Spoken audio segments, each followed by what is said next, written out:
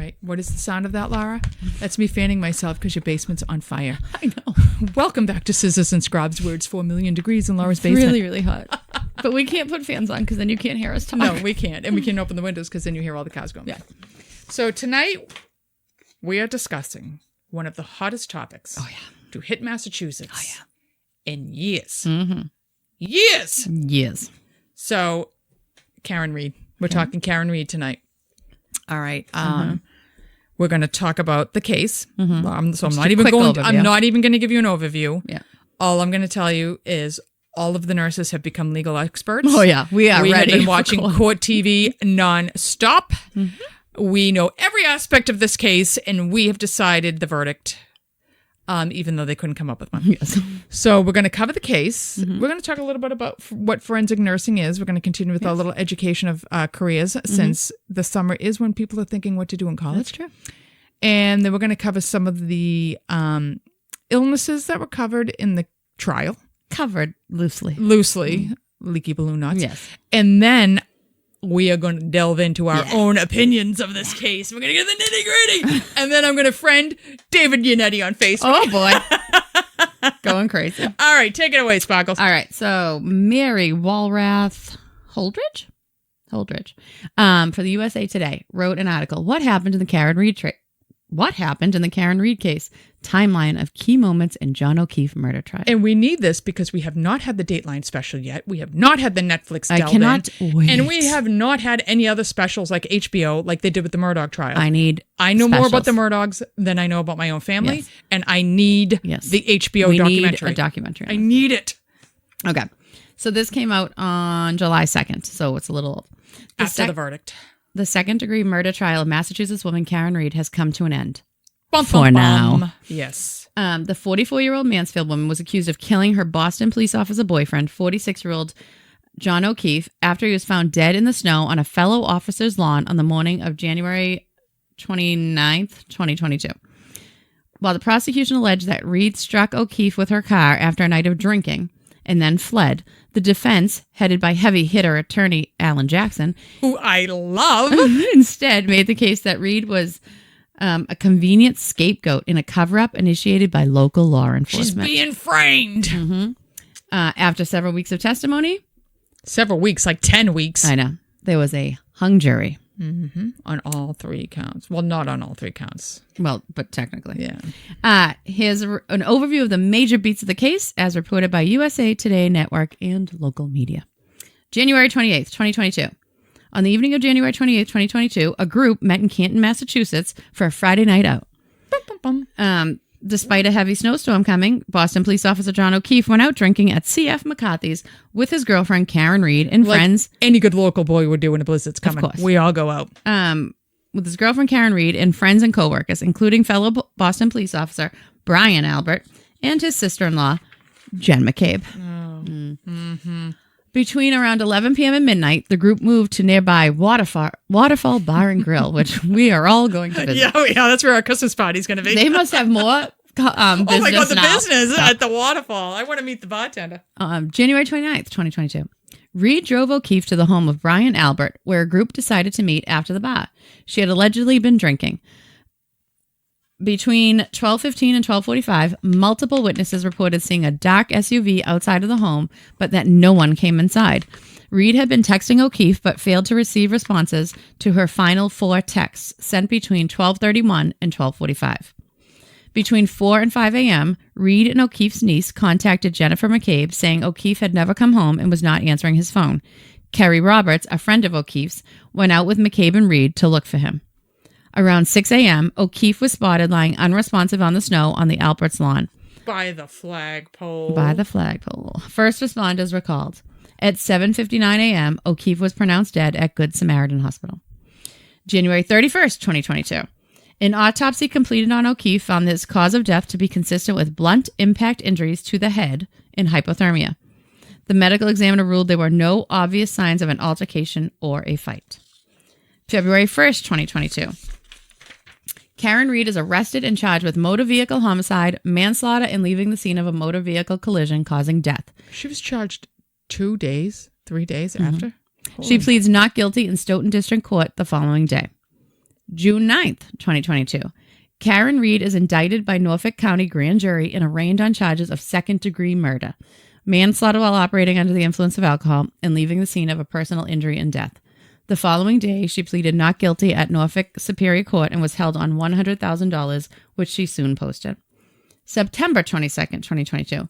Reed's defense begins introducing ideas that will become central to their case to the court, alleging that evidence alludes to a cover-up by the Canton Police Department and Massachusetts State Police.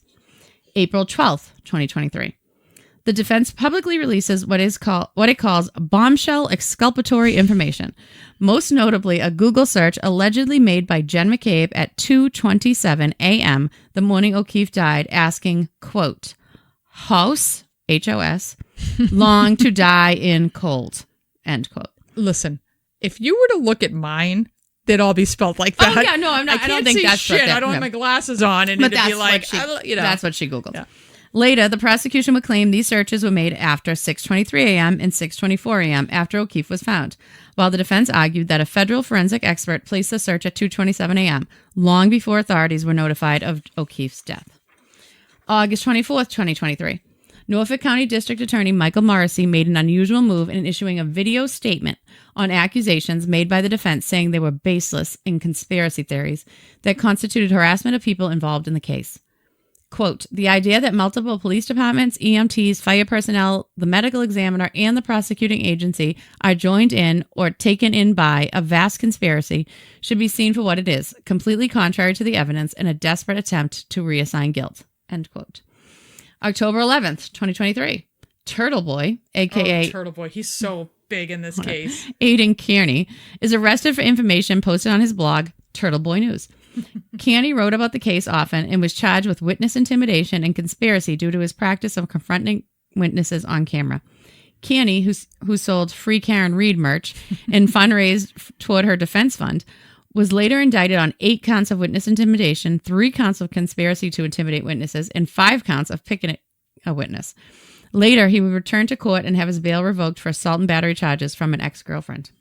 He also had like a drive-by of Jen McCabe's house. Like he had a parade of cars go by Jen McCabe's house. He caught her at a lacrosse game for her kids. Like, he's a little much. He's a lot. He has denied all charges against him. Of course he has. November 20th, 2023. The residents of Canton, Massachusetts vote 903 to 800 to audit the Canton Police Department.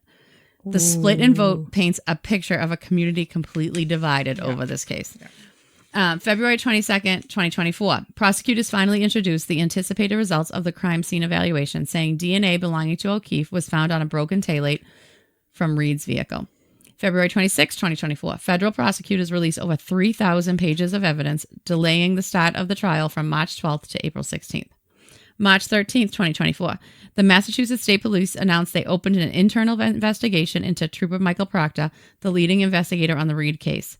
The department says it is looking into, quote, a potential violation of department policy, end quote. March 28th, 2024, Judge Beverly Cannon denies the defense's motion to dismiss the case against Reed, citing, quote, extensive evidence supporting the indictments. April 16th, 2024, jury selection for Karen Reed's second-degree murder trial begins. April 29th, 2024, opening statements are delivered and testimony begins with the first witnesses, John O'Keefe's brother Paul and his wife Erin. The prosecution rounded out the first day of testimony with Canton police officer Steve Sarif, who responded to the scene of O'Keefe's death. April 30th, 2024, a Canton paramedic who responded to the scene testifies saying he heard a woman repeating, "I hit him, I hit him." The defense challenged this retelling of events, saying the testimony around what was said has changed multiple times. A few days later, 4 paramedics and firefighters would testify to what they saw that day O'Keefe was found. May 17th, 2024. Jennifer McCabe takes the stand for the first time as a key witness. She alleges the Google search about dying in the cold found on her phone was done at the behest of Reed the morning O'Keefe was found. June 10th, 2024, Massachusetts State Police Trooper Michael Proctor takes a stand. Over the course of 2 days, oof, and it was grueling. He is grilled for derogatory text messages about Reed sent during the investigation, which he is made to read out loud. He was glistening with sweat. It was uncomfortable to watch. Yeah, it was uncomfortable. June 21st, 2024, the prosecution rests its case. June 24th, 2024, the defense rests its case after calling 3 witnesses. June 25th, 2024, closing arguments are presented and the jurors begin deliberation.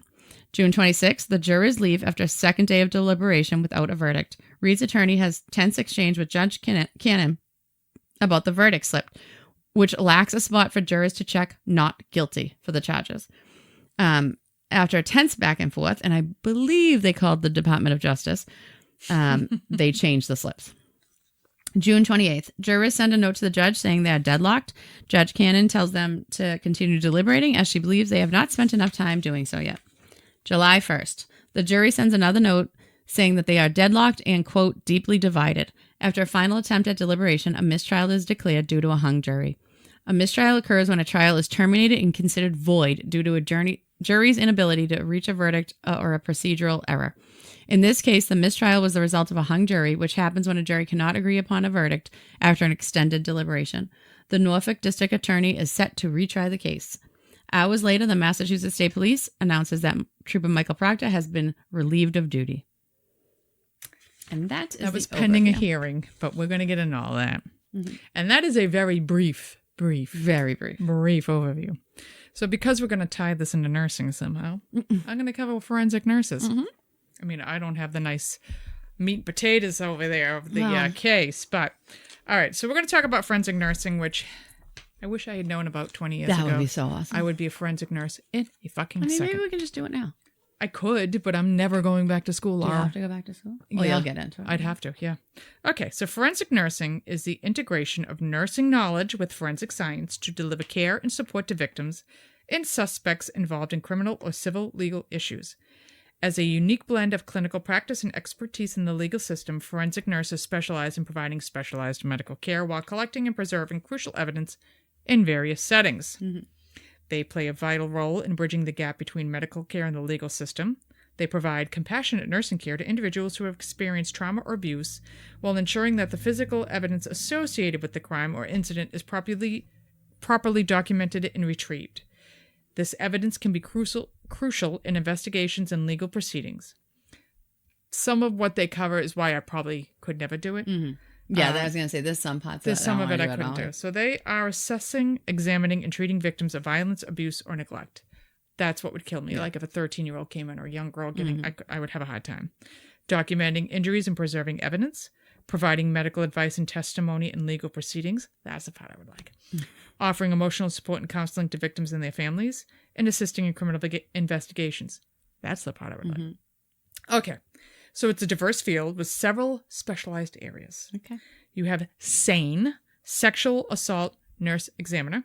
Mm-hmm. They specialize in providing comprehensive care to survivors of sexual assault, including conducting forensic medical examinations and collecting forensic evidence.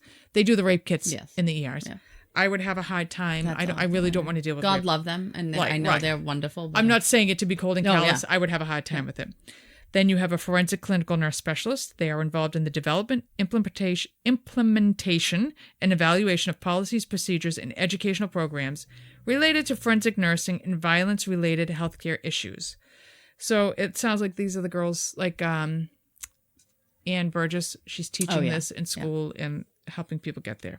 Forensic nurse death investigator. Now you're talking. Mm-hmm. It involves assisting medical examiners or coroners in determining the cause and manner of death in cases of suspicious or unexplained death. Mm-hmm. Now you're talking. Mm-hmm. This is up my alley. Okay.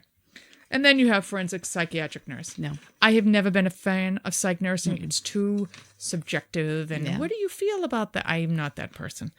So I am never going to be that. Tell me how you feel about it. You think, oh, okay. Forensic psych nurses work in various settings, such as correctional facilities. No, thank you.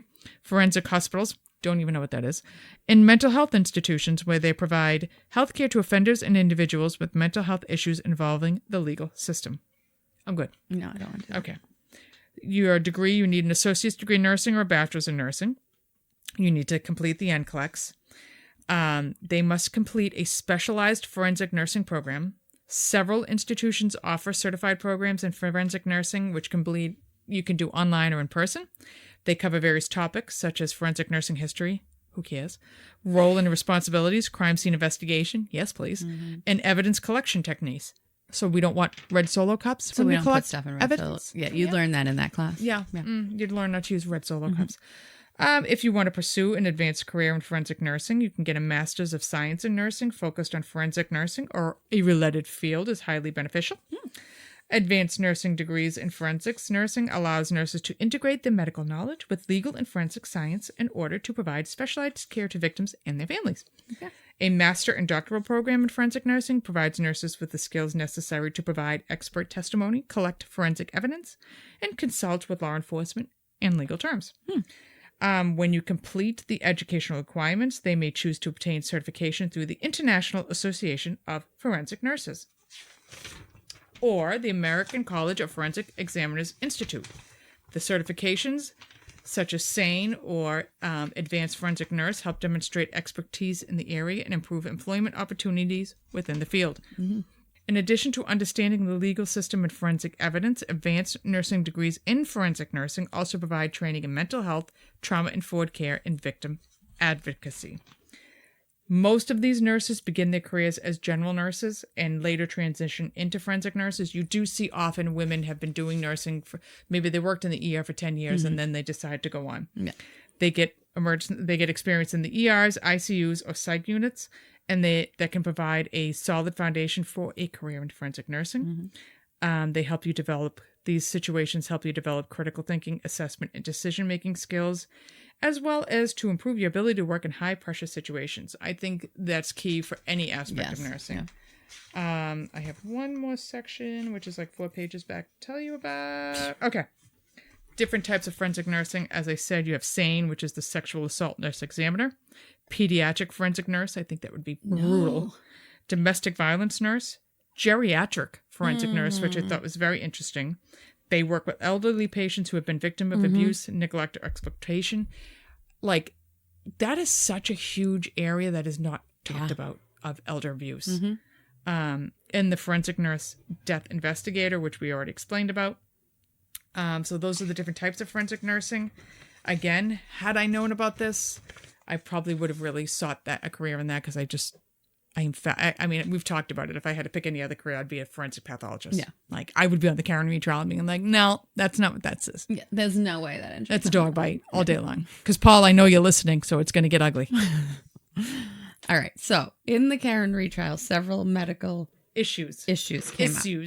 So, like I said in that, allegedly, Karen Reed dropped John O'Keefe off at this house after a night of drinking. Right. So, normally you would test a blood alcohol content. Blood alcohol level, or BAC, is the amount of alcohol in your blood that develops from drinking beverages that contain alcohol. Levels can range from 0%, no alcohol, to over 0.4% of potentially fatal. I never understood all these, like, when I was a kid, there'd be the sign, 0.1 kills. I'm like, I don't even know what this means. Yeah. If you're drinking faster than your liver can process the alcohol, your BAC increases and you may feel the effects of drunkenness, also called intoxication. Oh, not intoxication. Your liver can process about 1 alcohol-containing drink per hour. One drink is typically defined as 12 ounces of beer, 5 ounces of wine, or 1.5 ounces of liquor. We cover a lot of this in our binge drinking. Binge drinking. Do a binge drinking episode. The amount of alcohol in your blood can vary based on several factors, including the amount of alcohol you're drinking, how quickly you're drinking, how much food you ate before drinking, and your age and weight. Alcohol is a central nervous system depressant. It affects every organ in your body. Here's how different percentages of blood alcohol content, BAC, can affect you physically and mentally. BAC of a 0.0, there's no alcohol in your blood, you're completely sober. BAC 0.02, at this percentage you may experience an altered mood, relaxation, and a slight loss of judgment. BAC 0.05, at this percentage you may feel uninhibited and have lowered alertness and impaired judgment. BAC 0.08, at this percentage you may have reduced muscle coordination, find it more difficult to detect danger, and have impaired judgment and reasoning. BAC 0.10, at this percentage you may have a reduced reaction time, slurred speech, and slowed thinking. BAC 0.15, at this percentage you may experience an altered mood, nausea and vomiting, and loss of balance and some muscle control. A BAC 0.15 to 0.30, in this percentage range you may experience a loss of consciousness. And a BAC over 0.40 is potentially fatal blood alcohol level. You're at a risk of coma and death from respiratory arrest. Well, that's not good. No. People have BAC tests for a variety of reasons, including medical testing. You came into the hospital, there's something wrong. They might be like, let's draw our BAC. Monitoring for an alcohol use disorder. If you're in a treatment program, they might check you for your BAC. Workplace testing. Some places they test you to see if you're drinking or anything. And, car accidents. Running somebody over, alcohol. Maybe. Yeah. Obviously, they just draw blood. A nurse. She had it done the next morning, right? Yeah. The timing of BAC tests can affect the accuracy of the results. A blood alcohol test is only accurate within 6 to 12 hours after your last alcohol-containing drink. So if you had your last one at midnight and you didn't get tested till 9 a.m., this test might not be accurate. What did she come in at? I don't have that. I don't know what it was, actually. But she didn't have it within a time frame that it would have been time accurate. frame that you can completely trust the BAC test. Also, muscular dystrophy was brought up, which we do cover in another episode extensively. It's going to be a she's very going to do quick a highlights overview. She's going to do a little touch both on. Karen Reed and Jennifer McCabe have muscular dystrophy, which is supposedly why they're friends. Yes, that's how they bonded. They bonded over MS. Muscular dystrophy is a disease that causes progressive muscle weakness. In one of the main symptoms, and that's one of the main symptoms is just muscle weakness. Once the onset of symptoms and types of muscles affected depend on the type of the dystrophy you have. Some commonly noted symptoms are difficulty walking, jumping, or running, difficulty in getting up from lying down or sitting position, muscle pain and stiffness, inability to relax muscles when needed, walking on toes, and difficulty in lifting the front part of the foot. Common symptoms in their severity are reported by people on this site are fatigue, anxious moods, pain, depressed moods, and stress. Complications, dysphagia or difficulty in swallowing, difficulty in breathing, inability to walk, muscle contractions, curved spine or scoliosis, and heart problems. So they both supposedly have this. They both also have resting bitch face. Oh, but you don't that's know. That's an understatement. Is that they can't unfree some of their muscles sometimes. As I've said to other people, Karen Reed's got this fucking duck mouth thing going. And I was like, what is with that mouth? And then I look at this old man behind her and he's got the same fucking look on his face. I'm like, oh, it's her inherited look. Like she has no choice. Yeah. Also, Karen Reed has Crohn's disease. Yes, she And does. this was unfortunately brought up by Trooper Proctor. Trooper Proctor in his text messages saying that she had a leaky balloon knot, and he had to say that in court in front of everybody. And then he had to explain what that is. Laura, would you like to explain what a leaky balloon knot is? Well, it's when your anus doesn't close completely and you leak. And what does it leak, Nicole? What did he have to say? It leaks poo. It leaks poo. It leaks poo. That was also because a balloon knot, if you look at it, looks like an anus. Mm-hmm. You know, it's a military term my brother came home with years ago. Oh, leaky. He never called anybody a leaky balloon knot. He'd just say talk about balloon knots. Yeah. Which why we're talking about balloon knots, I don't know, but yeah, you know, because he was texting with his friends about the case 16 hours later. Yep. And how did you not know her if you knew she had? How'd you know she had Crohn's and a leaky balloon knot? You would have known if she had some sort of gastrointestinal Yeah. disease. To that know makes me wonder, was O'Keefe talking about her leaking? Like, how did he know she leaks poo? Right. Okay. And does she even leak poo? Who knows? Or does she just have this disorder? And now the whole world knows that she has leaky poo. Yeah. Which we don't even know that she actually does. But anyways, so Crohn's disease. She does have Crohn's disease. And she had like 20 surgeries or in something. a short time. Yes. Like she's had a ton of intestinal surgeries for this. Which we also cover Crohn's in another episode. I think it's on our presidential episode. So this will be quick. Crohn's disease is a type of inflammatory bowel disease. It causes swelling of the tissues in your digestive tract, which can lead to abdominal pain, severe diarrhea, fatigue, weight loss, and malnutrition. Inflammation caused by Crohn's disease can involve different areas of the digestive tract in different people, most commonly the small intestine. Crohn's disease can be both painful and debilitating, and there is no known cure for Crohn's. Any part of your intestine can be involved. It could be multiple segments. It can be continuous. It doesn't have to be continuous. It can be different segments. Signs and symptoms of Crohn's disease can range from mild to severe. They usually develop gradually, but sometimes will come on suddenly without warning. You may also have periods of time when you have no signs or symptoms, which means you're in remission. When the disease is active, symptoms typically include diarrhea, fever, fatigue, abdominal pain and cramping, blood in your stool, mouth sores, reduced appetite and weight loss, and pain or drainage near or around the anus due to inflammation from a tunnel into the skin, which is called a fistula. People with severe Crohn's disease may also experience symptoms outside of the intestinal tract, including inflammation of the skin, eyes, and joints, inflammation of the liver or bile ducts, kidney stones, anemia, and abnormal growth or slowed growth or sexual development in children. Crohn's is no joke. No, People it is. It's not just a bowel disease. It can severely affect somebody's quality of life. And so if you have any change in your bowel habits or signs and symptoms of Crohn's, see a doctor, especially if you have abdominal pain, blood in your stool, nausea and vomiting, diarrhea lasting more than 2 weeks, unexplained weight loss, and fever in addition to any of the above symptoms. There's many complications. You can get a bowel obstruction. You can get ulcers. You can get fistulas, which means there is a tract running from your bowel to somewhere else. And that is sometimes why there might be poo outside of it. Leaky poo. And it's painful. And fistulas near or around the anal area are the most common kind.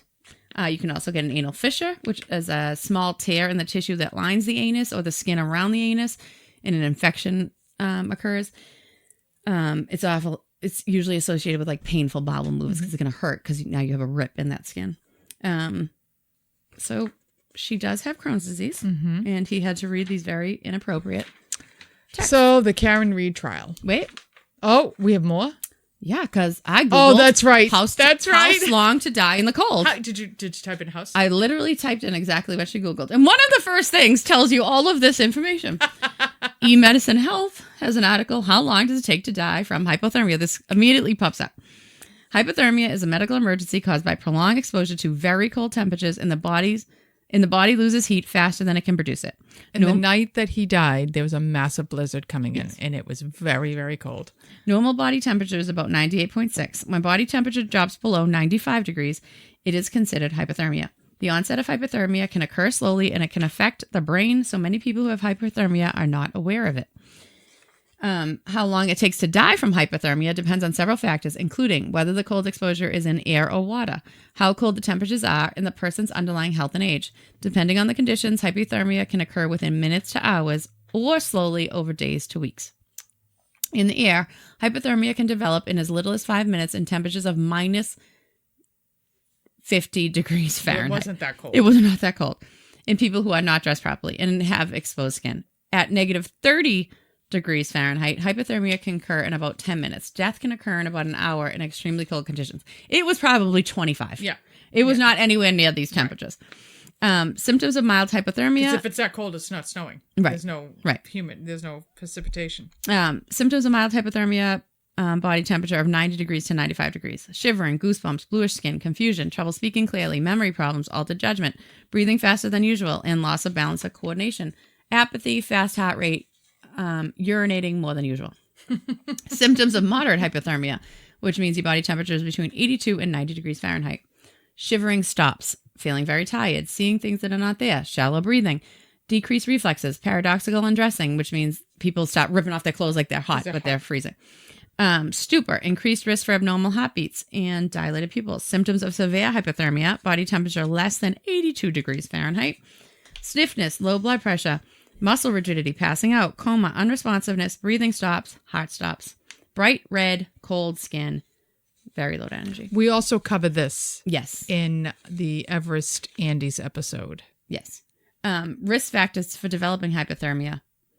Adults over 50 with low or high body mass. He was not either of those. Certain medical conditions, including diabetes, hypothyroidism, Addison's, kidney disease, burns, psoriasis. He didn't have any of those either. Nope. Conditions that impair body temperature regulation, like central nervous system trauma. Yep. He was hit in the head. And other, like central nervous system, like Parkinson's, you can develop it more. Use of certain medications, sedatives. He was drinking. So he was sedated. Oh, yeah.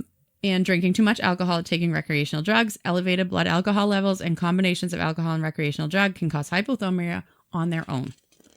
So he was drinking, he was hit in the head, and he was left out in the cold with no jacket on. Hypothermia is a medical emergency. I think when they found him, his temp was like 80. Yeah, which is severe hypothermia. If a person's temperature is above 95 degrees while waiting for first responders, just try to warm them up. Move them to a warmer place as soon as possible. Remove wet clothing. Cover them with blankets. Try to use like an electric blanket if you have one. Making sure the center of the body, the chest, neck, head, and groin are covered and not wet. Provide warm beverages, not alcohol. Severe hypothermia. That's a nice hot toddy, kid. Yeah, is treated in the hospital. Blankets, heating pads, warm baths, or heaters that blow warm air will be used. We'll use bear huggers. Warm fluids given IV. Warm oxygen to breathe. Warming the inside of the body with water. Medicines to treat related... This is when ECMO might come in. Medicines to treat related issues like low blood pressure or heart problems. And blood rewarming, which is ECMO. Complications of hypothermia, cardiac arrhythmias, infection, aspiration pneumonia, pulmonary edema, pancreatitis, bleeding, diathesis, bladder problems, frostbite, electrolyte abnormalities, and hematocrit coagulation study abnormalities. So, let me start with this. Mm-hmm. If you want to get a full overview of this, there is a podcast out there Laura told me about. Yes. It's called The 13th Juror. Mm-hmm. She has like 20 episodes on this case. Mm-hmm. She takes you blow by blow. I found the first couple of episodes a little dry, but you need to know that information. But once she gets to the testimony, holy moly, it's the testimony. And if you want to really see all the testimony, it's on Court TV on YouTube. Yes. Because it's the most cringiest testimony I've ever seen in my life. All the people are just awful. They're awful. They're all awful. Everybody involved is awful. I think, so I know Paul's going to have a stroke listening to the radio because Paul and I were literally screaming at each other in the car one day about this case. This case is very divisive. Mm-hmm. There's no in between on what's going on here. You either think she's not guilty or she's guilty, and it was shown in the verdicts. Yes. I think she's a nut job when she drinks. I think she gets out of control. I think like when they were saying she was away and she's yelling at him for cheating on, I think she's insecure and she gets nutty when she drinks. But I don't think she killed him. Yeah. So everybody in the house butt dialed.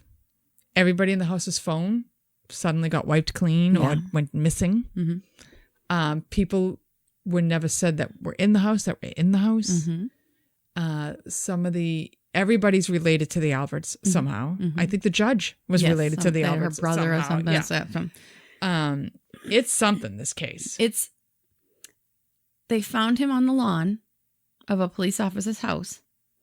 And he is also a police officer. The sister of the wife that lives in the house found him and never went to her sister's door to say, we need help. There's somebody dead out on your lawn. And all the ambulances and police and everything are out front, and the owners of the house never come out to see, what happened? Boston police officer. You think you would hear sirens if you were a police officer. All the ring cameras in the neighborhood. None. Nothing was caught on any of the ring cameras. There's no ring camera footage. One of the investigators, one of the people who was friends with the investigator had a crush on her, and they were potentially dancing around their own little affair, her and him and Cameron Reed. But the lead investigator, holy shnikes. It's bad. Wow. His testimony and what he said about her within 16 hours of this case was vile. Mm-hmm. It was vile. Mm-hmm. Whack job cunt was what he calls her. She's fucked. Mm-hmm. My favorite is watching the lawyer when he finally gets the words out there. And he's like, so you said she's fucked. And he would say it like, oh, I'm sorry. What'd you? She's fucked. And he kept saying it. She's a whack job cunt. Is that what you said? Like, he must have said it to the jury 80 times. And I was like, oh, it's coming again. He's going to say it. And there it is. He's saying it again. He loved just repeating those. Her lawyer was He was so excited when he found those. I'm sorry. She's fucked. Is that what you said again? Fucked. Okay. So they did a great job of really putting doubt into these jurors, and the verdicts came back as a hung jury. And now recently, what's coming out is that they actually found her not guilty on the charge of second-degree manslaughter and leaving the second-degree murder. Second-degree murder and leaving the scene of an accident of bodily harm. But they couldn't come up with a verdict on manslaughter. Mm-hmm. So now this poor bitch is going to get retried about all this. Yeah. Maybe. They said they are, but the lead investigator is now still under investigation and is on So he's leave suspended without without pay. pay. And the union's going to have to investigate whether they're going to fire him or not. The brother of the owner of the house, who is a Canton police officer, has been suspended. He was calling everybody. Right, and Left, right, and center. So the Canton Police Department was supposed to be recused from this investigation because They know everybody. They all know everybody. Yet her car was brought into the Canton Police Department. And coincidentally, after her car made it to the police department, all the red pieces from her taillight show up at the crime scene. The brother of the person whose home it was found at, he is calling all the witnesses to set up appointments, which he is not supposed to be doing. No. I mean, the investigation was just awful. Right. It was I have terrible. no idea what happened, but I know whatever you did to this investigation ruined it. Right. Tainted You the whole can't thing. possibly convict. Cannot be her. a fair No. investigation. No, 100%. Yeah. This was, I could have sat and listened to Oh the my testimony for hours. So uncomfortable. And Jen McCabe thinking she's smarter than the Oh lawyer. my God. Every fucking question. Well, can I see it? And he'd have to bring out the testimony written and she would have to read it. Well, can I see it? Like, he's like, you literally said it 4 minutes ago. Right. Well, I don't recall. He's like, it was 4 questions ago. You don't remember 4 questions ago. That's She the was other thing. brutal. They all, so in their grand jury testament, they said one thing. And then when they were in the trial, It was they all said different. a different thing. And they said, well, this is what you said at the grand jury. It's right here. And they said, well, that's not what I meant. This is what this Yep. is the truth. So now do they get brought up on perjury? Exactly. Because they should, right? You can't Exactly. lie to a grand jury, Right. supposedly. Exactly. But you said you lied to the grand jury, so why aren't you being tried for perjury? The ATF agent who works out of the Canton Police Department, who had a crush on her after the accident, goes back to the police department for 2 hours. God knows what he's doing there. And then spends the entire next day at the police department. He's there when the car comes in. And then the day before the phones get called in, he and the owner of the house all of a sudden get new phones. His phone is scrubbed through the FBI. I was Like, going to say, didn't one of them take out the SIM card and bring it to a military base? yes, and throw it out. Yeah. Yes, that was the ATF agent. Yeah. Billy Higgins. Brian. Brian Higgins. They're all whatever. Brians. Yeah, I know. Well, the owners of the house were Brian and Nicole. I know. I know. That's me and my That husband. didn't get past me. Yeah. The dog that went missing. The dog, so he's supposedly has like dog bites and scratches on his arms. And the dog that would have done it was been rehomed. They sold the house. They filled in the pool. They Like redid the basement. they redid the basement. They cut out the carpet. Like, come on. I know. It's it just looks. Bad. And they never investigated the house. the They house. never went in the house. They didn't go in the house. So you Ever. can't say that you did a thorough investigation. And the evidence was being collected in red solo cups. Red solo cups. They never labeled it. They never covered them. They just put them in red solo cups and Stop and Shop bags and put them in the Sally port with the car. Yeah. And I just feel like, say someone is found on my front lawn, dead. Oh, you would be hysterical. I mean, yes. You would A, be hysterical. But B, I feel like the police would be in my house. Why don't Whether you know it what's be going like on? he could have just got hit by a cop. I just feel like they would probably walk If into they my knew house. he was at a party or coming to your house for a party, yeah, they're coming in. I feel like they're coming into my house. I don't know how within 16 hours he knew she was guilty. Right. With no never investigation. talking to anybody else. No Yeah. investigation. It's Some of just these amazing. witnesses had not been spoken till almost 2 years after the incident, which was shameful. Yeah. And then one of the paramedics or firefighters giving testimony, well, you know, she went to high school with the girl who lives in the house. No, well, she went to high school with a girl of that name. Oh yeah, I know a girl. I know a girl by that name. Really? Didn't you go Is to it parties? this girl? Yeah, with the one you're in pictures with at the baby shower a year ago. That one? Yeah. Fucking it's ridiculous. It's real bad. Yeah, It's it was- real bad. it's Again, cool. I have no idea what happened. Can't even pretend to tell you what happened. At The investigation was so marred. You cannot. at the most, she hit him by accident. At the least, she didn't hit him at all. Yeah. But they wanted to put her away for life for Right. this. As my husband said, they overcharged her. Yeah, they They definitely reached too overcharged her. high for that charge. Yeah. But So- to me, I'm like, did they do that to silence her? I think there's going to be much more coming out Yeah. about this case. So listen to the 13th podcast. 13th juror. 13th juror. Sorry. It's very, very good. For the love of God, if you have nothing better to do and you want some quality entertainment, God. watch the You're testimonies. just sitting by the pool, throw in It some is- AirPods. Classic. Yeah. Start with Jen McCabe, move on to Brian Higgins, and finish with Trooper Proctor. Mm-hmm. It doesn't get better than Trooper Proctor. He literally knows it's coming, and you can see him just when he has to read these. And he spells out C-U-N-T, and the judge is like, and she goes, "Is that your words? Did you say that?" And he's like, "Yeah." Then you can say it out loud. Yeah. And she made him say it. And then Alan Jackson said it 45 times. 100 times. It is priceless. I sat and watched 4 hours of it and felt like a blink of an eye because it's unbelievable. It's so squirmy. Oh, it's so squirmy and cringy, and he's sweating, and could you imagine? He's in a suit in that hot courtroom reading those out. Can you imagine what it was like? And you know what I have to say? Like, whatever. None of them are nice. They're all, have problems. Karen Reed, when they were reading that shit is embarrassing. It's horrifying. The whole country heard that. She just sat there and took it. And I was like, you know what? Good for you. Because I think my head would be down. Yeah. Because I would be horrified. I'd be mortified if somebody's saying I have a leaky balloon knot. Right. And she sat there and took it. Is she hot? Yeah, but she's a whack job. Yeah. He calls the medical examiner a fucking whack job. Yep. He called everybody a fucking whack job. Mm-hmm. And they're like, oh, is the owner of the house going to get in trouble? Nope, because he's a Boston cop. Yep. So if people didn't already think Boston was like The Departed, we just played it on national TV. Right. All right? It's pathetic. It's pathetic. Yeah.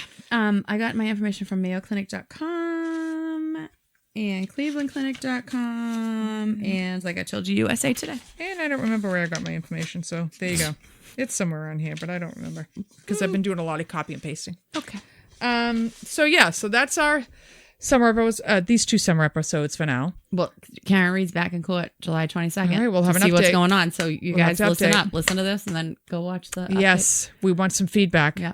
Because it's some quality entertainment. It's something. That's the best reality TV I've ever seen in my life. It's unbelievable. It's unbelievable. Unbelievable. Yeah, it is unbelievable. So enjoy your summers. Be safe. Don't get intoxicated and run anybody over by accident. No, but at least and in the summer, if you they do, won't at die least stay on scene. Well, they won't stay in hypothermia in July. No. Hyperthermia. You might die of hyperthermia. Wish Laura a happy vacation without me. Thank you. I'm very upset about it. And we will see you guys in 2 weeks. Bye. Bye. Like, subscribe, rate, and review the Scissors and Scrubs podcast on whatever podcast app you listen to us on. Follow us on Twitter, Facebook, and Instagram at Scissors and Scrubs.